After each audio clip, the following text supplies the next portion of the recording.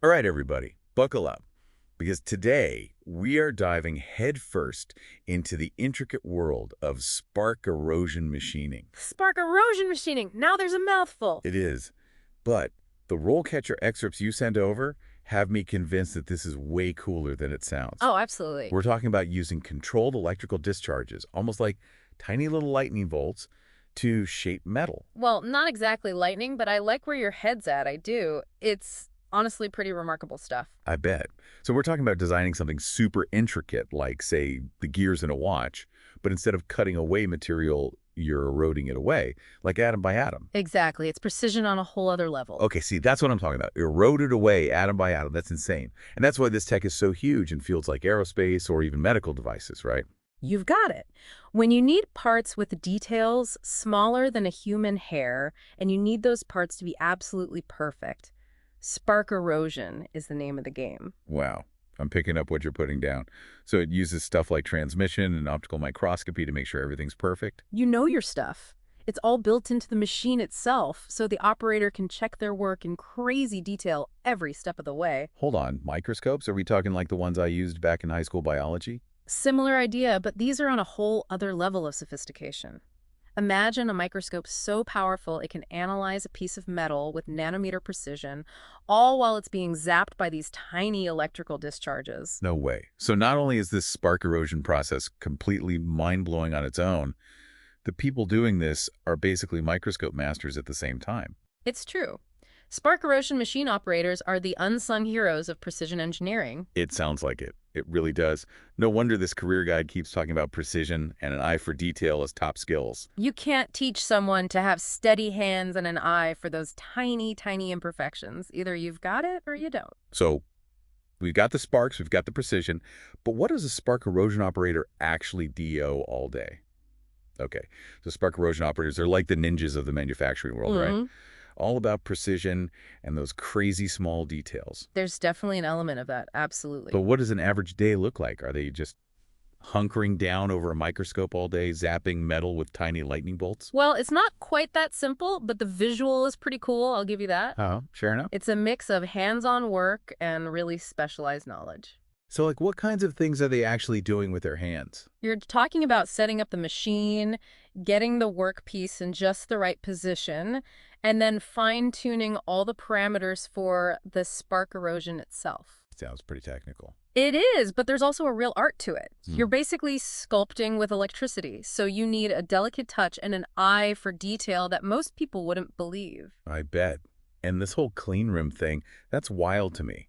Is it really like those labs you see in sci-fi movies? You'd be surprised. When you're working with parts that tiny, even a speck of dust can ruin everything. So it's all super controlled. Absolutely. Especially when you're talking about medical implants or aerospace components, things like that. Everything has to be spotless. Makes sense. But also, I can't help but think about the risks here. We're talking about a lot of electricity, right? Yeah. And even some potentially dangerous fluids, if I'm reading this guide correctly. That's true. It's not a risk-free job by any means. So how do they stay safe? Safety is priority number one in this line of work. Operators go through rigorous training on how to handle dielectric fluids. Those are used to control the sparks, and they wear all the right gear to protect themselves from electrical shocks. Okay, good to know. It's not just, here's a welding mask, good luck. Not at all. You're dealing with some serious forces here, so safety is paramount. So it's challenging, maybe even a little dangerous, but the reward of seeing these incredibly intricate designs come to life must be something else. Absolutely. There's nothing quite like it. And the career path is clearly laid out. You can start as a junior operator and work your way up to a senior role with more responsibility and eventually even get into management or training. Okay, so you start in the bottom, but there's room to grow.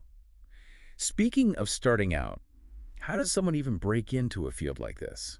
So spark erosion operators, they're using microscopes, working with crazy precise measurements, basically sculpting with electricity. It's a pretty apt description, honestly. But how do you even get started in a field like this? It all seems so, I don't know, exclusive. I get what you mean, but that's where RoleCatcher comes in. They've got this whole platform designed specifically for these kinds of specialized jobs. Yeah, the guide mentions RoleCatcher a lot. And honestly, their stuff sounds seriously impressive. They're doing some really innovative things. Like, remember how we were talking about attention to detail being super important? Yeah. Well, RoleCatcher actually analyzes your CV for those kinds of skills, the ones that really matter to these high-end employers. That's wild. So it's not just a regular job board. Oh, it's way more than that. It's like having a personal recruiter who knows the ins and outs of the spark erosion world. That must be so helpful. Because trying to navigate the job market on your own, it can feel like you're just sending your resume off into the void. I hear you. And that's just one piece of it. Yeah. They also have this whole interview prep section that blew my mind. Oh, yeah, the 120,000 interview questions thing, right? That's the one. That's a lot of questions. It is, but they're not just random questions either. They're designed to really test your knowledge of spark erosion machining. Like, what? Give me an example. Okay, so one of the questions they highlight in the guide is, describe your experience with dielectric fluids and their role in the spark erosion process. Wow, that's a whole essay question. Exactly. It's about showing that you really understand the nitty-gritty, not just that you can parrot back some basic facts. So it's about proving you're the real deal. Precisely. And it's not just about getting the job either. RoleCatcher is really big on continuous learning, which I know is something you guys talk about a lot. Absolutely. Our listeners are all about constantly leveling up their skills. And that's what's so cool about this. The manufacturing world is always changing, new tech, new techniques, so staying ahead of the curve is key. So they help you even after you've landed the job. That's the idea. They provide resources, updates, all sorts of stuff to help spark erosion operators stay at the top of their game. So it's really about investing in your career long term, which is awesome. And to top it off, the guide also mentions that these skills can translate to other fields, like CNC machining. That's the thing. Once you've mastered something as specialized as spark erosion, you've got a really valuable skill set. Makes sense. So you're not pigeonholed into one specific job. You've got options. Exactly. And in a world that's all about automation and precision engineering, those skills are only going to become more in demand. Well, there you have it, folks. We've gone from tiny sparks to a whole world of career possibilities in just a few minutes. It's amazing what you can do with a little bit of electricity and a whole lot of precision. That's the truth. So if you're the kind of person who loves to tinker, who gets excited about the idea of building something incredibly intricate, and who isn't afraid of a challenge, spark erosion machining might just be your calling. Until next time, keep those minds curious and those sparks flying.